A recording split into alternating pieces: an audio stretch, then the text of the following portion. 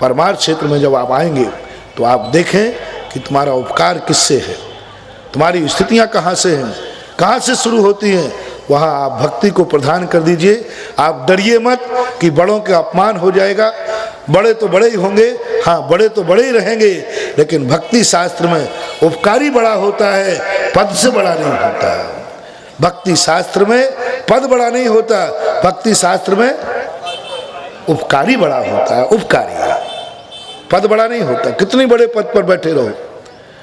हरिवंश पुराण में संभवतः एक बात आई, एक त्रियंश कोई मरा या कोई जीव मरा तो एक श्रावक ने उन्हें नमोकार मंत्र सुनाया था, उस कारण से उनका उद्धार हुआ था। वो देवता बनने के बाद जब आया तो वहीं महाराज बैठे हुए थे, वहीं वो श्रावक था।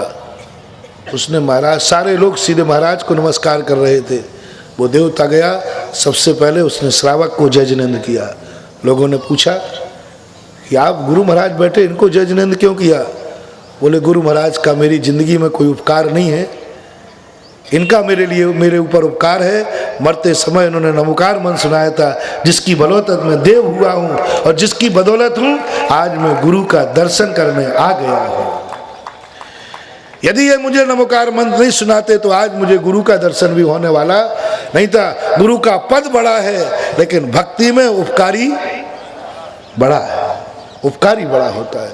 इसलिए भक्ति जब जिसकी करो, इतना बड़ा बना दो, इतना बड़ा बना दो, असीम असीम, कोई सीमाएं मत मानना, अनंत। लोकाकाश भी पार हो जाए, हो जाने दो, लोकाकाश भी पार हो, आकाश के समान असीम। जब आराध्य के प्रति भक्ति जागती है, मेरा आराध्य कितना है, लोकाकाश बराबर नहीं। हमारा आराध्य क्या गजब की महिमा कही। जब केवल ज्ञान की महिमा पूछी, केवल ज्ञान कितना बड़ा है, लोकाकाश के बराबर नहीं, और बड़ा, अलोकाकाश के बराबर, बोले और बड़ा। जितने दुनिया में गेय हैं केवल ज्ञान के सामने वे एक आकाश में तारे के समान है। केवल ज्ञान इतना बड़ा है। और ये कला पूज्यवर समंतभद्र महाराज ने अरहनाथ भगवान की स्तुति करते हुए कहा, तुम मत देखो कि गुरु में, तुम मत देखो कि भगवान में, तुम मत देखो कि तुम्हारे आराध्य में कितने गुण हैं। यदि तुम्हें भक्ति उमड़ी है तो तुम कहना इससे ज्यादा गुण दुनिया में किसी के पास है ही नहीं। यदि भक्ति उमड़ी है तो, यदि भक्ति करने को तैयार हुए तो, यदि निर्णय करने के लिए तैयार हुए हो, भेद विज्ञान करने के लिए तैयार हुए हो, सत्य सत्य जानने के लिए तैयार हुए हो, तो फिर उतने ही गुण बताना जितने गुण हैं। कितने गुण हैं उतने ही बताना। जब अपन ने 5 परमेष्टि का स्वरूप समझना है तो मूल गुण बताना 46 अरहंतों में होते हैं, 8 सिद्धों में होते हैं, 36 आचार्य में होते हैं, 25 उपाध्याय में होते हैं, 28 साधु में होते हैं, ये सब बताना। लेकिन जब भक्ति में उमड़ पड़ो, भक्ति में उमड़ पड़ो तो अपने मन को कह देना कि हे मन, इससे ज्यादा दुनिया में कहीं कुछ नहीं है। जो यहाँ है वो कहीं नहीं है, और जो यहाँ नहीं है वो भी कहीं नहीं है। ऐसी भक्ति जब उमड़ पड़े उस समय तुम नमोस्तु करके देखना, तुम्हारे जन्म जन्म के पाप और दारिद्र्य कट जाएंगे।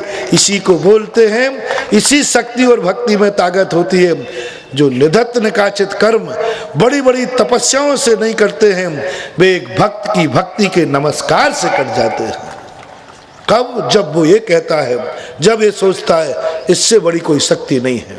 अलोकाकाश क्या लगता है, होगा अनंत अनंत प्रदेशी, लेकिन मेरे भगवान के, मेरे आराध्य के गुणों के सामने अलोकाकाश के प्रदेश भी छोटे हैं। मेरे भगवान की पवित्रता के कारण कौन है दुनिया में ऐसा पवित्र जितना भगवान का द्रव्य गुण पर्याय पवित्र निर्मल है। कोई सीमा मत बांधना, जैसे ही तुमने सीमा बांधी भक्ति खत्म हो जाएगी। भक्ति में यदि तुमने कहा कि भगवान कैसे हैं, बोले 46 मूल गुणधारी, समझ लेना भक्ति नहीं रही वो। इसलिए लेखक ने क्या कहा, क्यावत के 46 गुण गंभीर। ये तो कहवे के हैं, कहने के हैं, वस्तु सत्य बहुत असीम है। वही पूज्यवर मानतुंग आचार्य महाराज ने 3रे पद में, ओहो हमें शर्म आ रही है भगवान, इतने हमें शर्म आ रही है, अपन को शर्म आ रही है कि मानतुंग आचार्य महाराज इतने छोटे हो गए। अभी मैं आपसे एक प्रैक्टिकल कराता हूँ। मैं कहूँ भैया मैं बहुत छोटा हूँ, बहुत छोटा हूँ, इतना छोटा हूँ, बिल्कुल मूर्खानंद हूँ, इतना छोटा हूँ कि एक धूल की कण के बराबर हूँ। तुम कह रहे महाराज महाराज क्या बात कर रहे हैं आप? बोलो आपको तकलीफ होगी कि नहीं है? और आज हम क्या मान रहे हैं, आप क्या कर रहे हैं? ऐसे ही तकलीफ हमें हो रही है कि परम पूज मानतुंग आचार्य इतने महान, इतने चमत्कारी, इतने ज्ञानी, बिना कागज और लेखन के भक्तांबर पाठ बोलते चले गए, पद बनते चले गए, निर्दोष पद, छंदबद्ध पद, भावनी मात्र नहीं किए, छंदबद्ध पद, अर्थ सहित पद, उदाहरण सहित पद, एक के बाद एक बनते गए। इतना महान ज्ञानी कौन है इस दुनिया में? मेरे सामने तो आवे, मेरे मानतुंग आचार्य महाराज के बराबर ज्ञानी कौन है दुनिया में? ऐसा महान ज्ञानी, ऐसा महान पूजनीय आचार्य अपने आप को कह रहा है कि मैं बुद्धिहीन हूं। सोचो, विचार करो, अपन अधजल गगरी झलकत जाए, छोटे से ज्ञान का हो जाए तो अपन फूले नहीं समाते। अहंकार इतना बड़ा हो जाता है कि हम जमीन पे देख के ही नहीं चलते, जमीन पर देख के नहीं चलते। ऊंट जब पहाड़ के नीचे जाता है तब पता चलता है कि हमारी औकात क्या है। आज अब देखो मानतुंग आचार्य महाराज को देख करके शर्म से माथा झुक जाता है कि अपन अपने आप को ज्ञानी कह रहे थे। इतने बड़े बड़े ज्ञानी भी कहते हैं बुद्धिया बिना उधार छद पाद पीठ हो। मैं कहाँ बुद्धिहीन हूँ, और मैं कितना निर्लज्ज हो गया हूँ कि बुद्धिहीन होकर के भी वह कार्य करने जा रहा हूँ जो बड़े बड़े आदमियों के द्वारा करने। लेकिन अपनी कुशलता देखो कितनी अच्छी। क्यों नहीं होगी गलती मेरे से? क्यों नहीं होगा निर्लज्ज मुझे? क्यों नहीं मुझे दुनिया हंसी उड़ाएगी? क्योंकि मैं काम ही ऐसा कर रहा हूं। मैं पानी में पड़ते हुए बिंब को साक्षात चंद्रमा मान करके आनंदित हो रहा हूं। बोलो मेरे बराबर कोई मूर्ख है क्या? कितने छोटे बन गए भगवान। है किसी में औकात इतनी कि तुम इतने छोटे बन जाओ, इतने छोटे बन जाओ। मैंने एक बार सुना था, फोटो देखा है कि इस 19वीं सदी में भी एक व्यक्ति इतने छोटे बने थे। वे थे आचार्य गुरु और विद्यासागर महाराज के गुरु, हमारे दादा गुरु। इतने छोटे बन गए। एक छोटा सा बालक, कहाँ 70-80 साल की उम्र, कितनी बड़ी उम्र, कितना ज्ञान का भंडार था ज्ञान सागर। इस 20वीं शताब्दी में कोई भी, बल्कि 20वीं तो क्या 18वीं शताब्दी के बाद, 12वीं शताब्दी के बाद इतना बड़ा कोई साहित्यकार नहीं हुआ। इतना ज्ञान का अपार भंडार, इतना अपार भंडार, और एक छोटा सा ज्ञान प्राप्त करने वाला विद्याधर, छोटी सी उम्र विद्यासागर महाराज की, छोटा सा ज्ञान, 4 साल का ज्ञानी, उसके सामने इतने छोटे बन गए, इतने छोटे बन गए। देख कर रोंगटे खड़े हो गए जब फोटो देखी। एक 80 साल का वृद्ध गुरु जिसने कखारा सिखाया, जिसने दीक्षा दी हो, जिस चरणों में आकर चरणों की धूल बना हो, उस चरणों की धूल को अपने ही सामने, अपने ही आंखों के सामने ऊंची आसन पर बैठकर ज्ञान सागर जी नीची आसन पर बैठकर, नीचे यथार्थ घटना है। पहले मैं भी इसको गप्प मानता था, लेकिन मैंने खुद देखा फोटो में ज्ञान सागर महाराज नीचे बैठे हैं और विद्यासागर, हाँ। जब मार की रक्षा की बात आती है तो हर व्यक्ति मार की रक्षा के लिए छोटा बन जाता है। और आज मैं पूज्यवर मानतुंग आचार्य महाराज को इतना छोटा महसूस कर रहे हैं हम। इतने बालक बन गए, इतने अज्ञानी बन गए, इतने मूर्ख बन गए कि मैं वही बालक हूं जो पानी में पड़े हुए चंद्रमा के बिंब को साक्षात मान के आनंदित हो रहा है। बोलो मन्या का इक्षति जना सहसा गृहीतुम बालम विहाय जल संस्थित बिंदु, क्या बालक को छोड़ करके कोई दुनिया में है जो पानी में पड़े हुए चंद्रमा को साक्षात चंद्रमा मानकर आनंदित हो रहा हो? है कौन? बालक को अन्य काय क्षति, अन्य कौन होगा? वो है मानतुंगाचार्य। अपन देखो कितनी बड़ी बात उन्होंने कह दी। आप कहोगे कि युग के आदि के आदिनाथ भगवान की ये बात क्यों कही इन्होंने? ये पक्ष भी देखना। ये बात इसलिए कही कि युग के आदि में भगवान हुए हैं। और मानतुंगाचार्य महाराज कब हुए? 7वीं सदी। गिनती नहीं कर सकते इतने सागर, अरबों खरबों असंख्यातों सागर। एक कोड़ा कोड़ी सागर कुछ कम वर्ष, इतने वर्ष कम वो महाराज हुए, भगवान हुए। और अब तुम स्तुति कर रहे हो, अब स्तुति कर रहे हो। कहाँ है? तुमने देखे हैं भगवान क्या? बोले भगवान तो नहीं देखे। भगवान के पास गए थे क्या? नहीं पहुंच पाऊंगा। लेकिन मैंने एक बार कहा था, एक व्यक्ति भक्त ऐसी ताकत है जिसमें बहुत बड़ी शक्ति है। भगवान से भी ज्यादा शक्ति है भक्त में, बहुत बड़ी ताकत है। भगवान में कोई ताकत वाकत नहीं होती ज्यादा, चिंता मत करना। कोई ताकत नहीं, बिल्कुल असमर्थ व्यक्ति।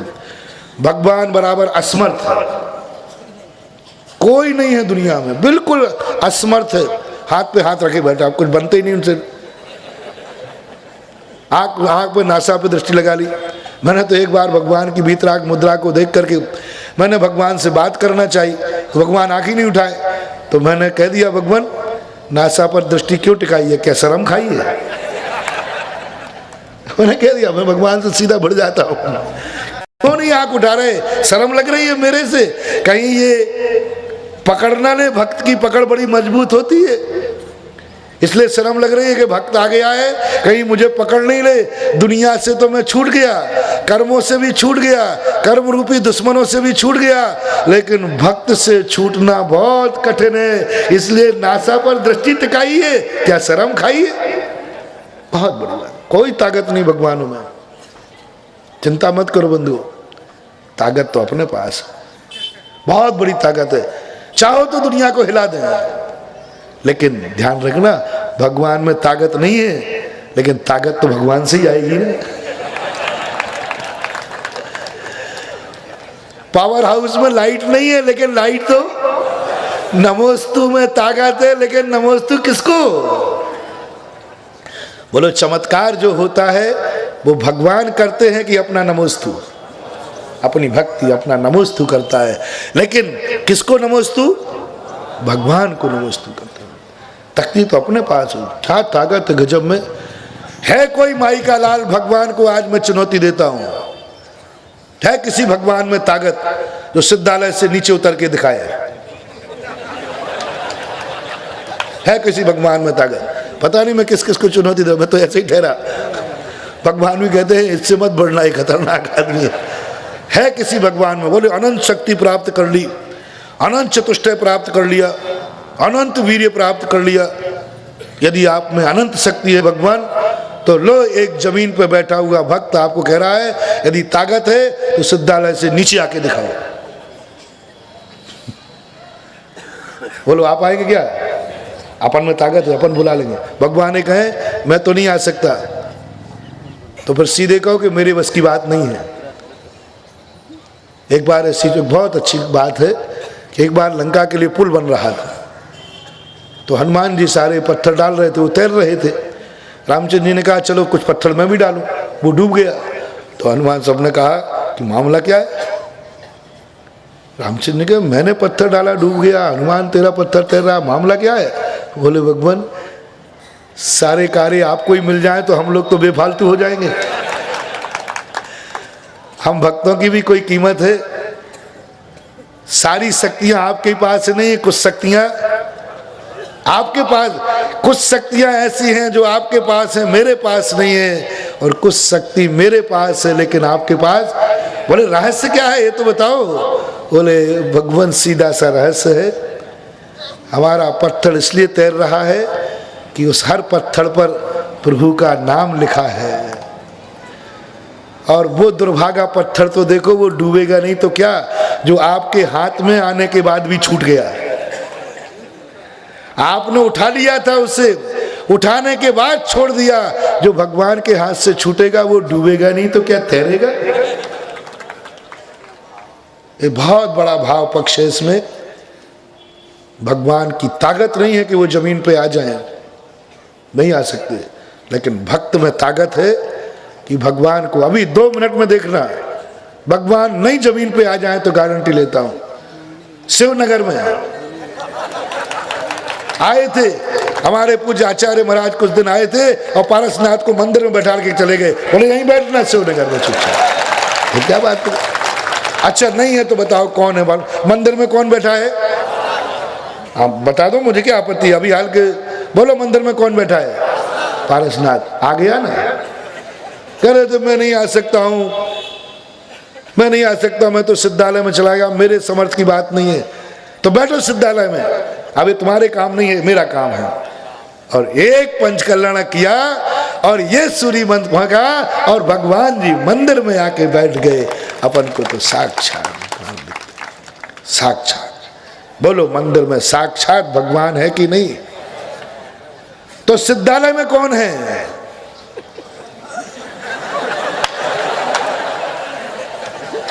सत्य क्या है ये बताओ? मंदिर में सत्य है कि यहाँ सत्य है? और पारसनाथ एक थे कि अनेक? कम से कम 100-200 पारसनाथ तो जबलपुर में होंगे। लाडगंज के अलग, शिवनगर के अलग, और पारसनाथ कितने थे? एक। सिद्धालय में कौन है? पारसनाथ। और मंदिर में कौन है? तो इसका अर्थ है बहुरूपिया है भगवान। कितने रूप है? कौन है? आहा, सत्य यह है कि सत्य का भगवान सिद्धालय में है, और सत्य यह है कि भक्त का भगवान मंदिर में है। भगवान के भी अपन ने 2 भाग कर दिए, एक ओरिजिनल, एक होश में आना। अपने भगवान को डुप्लीकेट कहोगे तो थोड़ी शर्म करो। अरे अपना कैसे दुर्भाग्य हो, अपनी दुकान के माल को स्वयं खोटा कह रहे हो। जब सेठ स्वयं खोटा कह रहा है कि माल खोटा है, फिर कौन खरीदेगा? जब अपने भगवान को, अपने भगवान भी सिद्धालय वाले नहीं है, वे तो शास्त्रों के भगवान है। अपने भगवान तो कौन है? मंदिर वाले। इनको भूल करके डुप्लीकेट मत कहना, खोटा मत कहना, अपना माल को कभी खोटा नहीं कहना।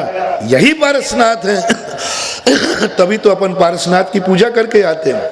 पूछे कोई किसको नमस्कार करके आए? बोले पारसनाथ को। तो हमने तो सुना था पारसनाथ लगभग 3000 वर्ष पहले सिद्धालय चले गए थे, वो कभी नहीं लौट के आएंगे। बोले हर भगवान यही घोषणा करके जाता है, लेकिन जब तक दुनिया में भक्त जिंदा है भगवान की नहीं चलेगी, भक्त की चलेगी।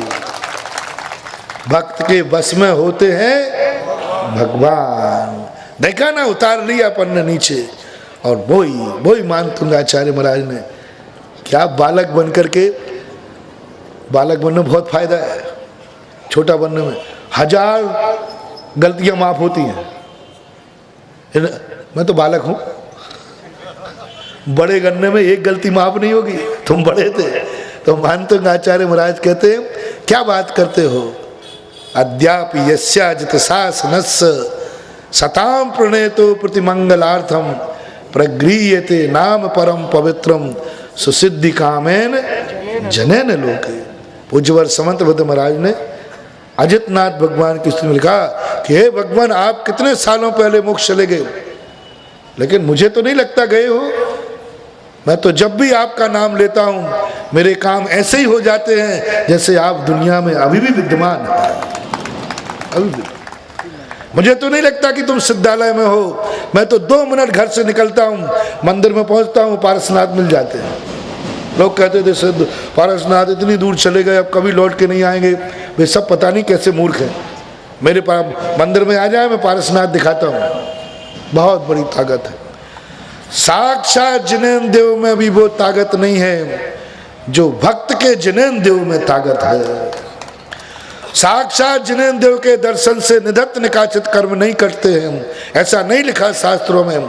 लेकिन भक्त के जो जिनेन्द्र देव हैं, ऐसे जिन बिंब दंशन निधत्त निकाचित कर्म खय दंशना दे।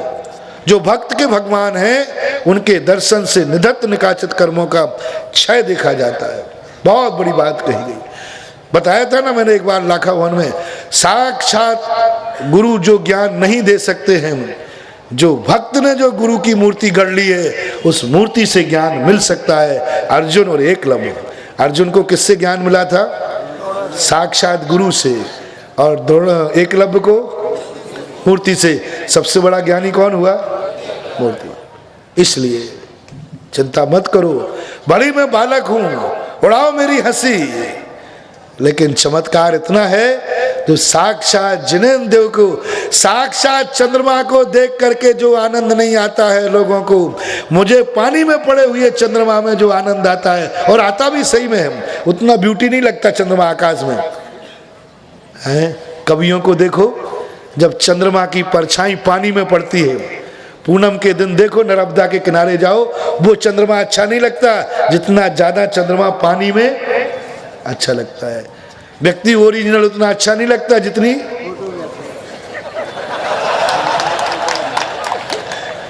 अपन कम थोड़ी है। चारू चंद्र की चंचल किरणें बिखर रही हैं जल तल में, पंचवटी है ना, उसमें स्वच्छ चांदनी बिछी हुई है अवनी के अंबर तल में, ऐसा कुछ आता है। तो ऐसी फोटो में ज्यादा व्यक्ति अच्छा लगता है ओरिजिनल।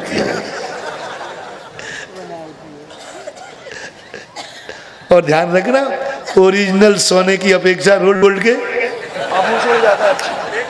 ज्यादा चमकते हैं और पहनने में ब्यूटी भी ज्यादा आती है। अपन को तो सुंदर दिखना है, ओरिजिनल डुप्लीकेट से क्या लेना देना, अपन को तो ब्यूटी स्मार्ट दिखना है। इसी प्रकार हमें तो ज्ञान चाहिए, साक्षात गुरु से मिले या मूर्ति से मिले, हमें